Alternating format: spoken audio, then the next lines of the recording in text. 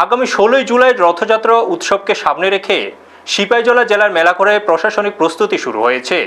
বুধবার মেলাঘর পুর পরিষদের কনফারেন্স হলে রথযাত্রা ও মেলা সুষ্ঠুভাবে আয়োজনের লক্ষ্যে এক প্রস্তুতি বৈঠক অনুষ্ঠিত হয়।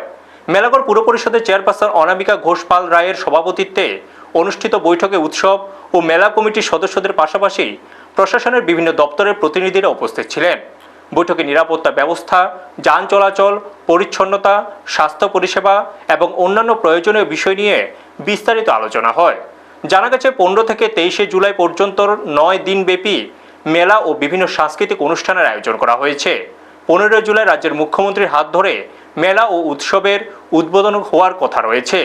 সবাই মহকুমা শাসক রাজু দেব, বিভিন্ন সরকারি দপ্তরের আধিকারিক এবং স্থানীয় জনপ্রতিনিধিরাও উপস্থিত ছিলেন। ব্যুরো রিপোর্ট, নিউজ তৎকাল 24। প্রত্যেককে নমস্কার, জয় জগন্নাথ। আমরা প্রত্যেক বছরের নেই, আমরা এই বছরও আমাদের আগামী দিন যে রথযাত্রা অনুষ্ঠান, সেই অনুষ্ঠানে আমরা আজকে প্রস্তুতি বৈঠকে আমরা উপস্থিত হয়েছি সবাই।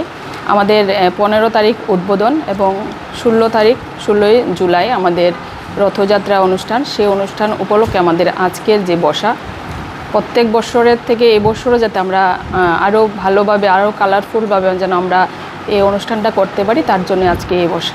মানে মেলে আনুষ্ঠানিক উদ্বোধন 15 তারিখ 15 তারিখ 16 তারিখ রথ। মানে কত দিনের মেলা হবে?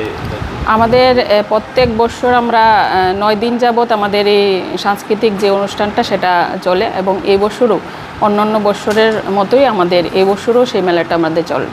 আপনারা দেখছেন নিউজ তৎকাল 24।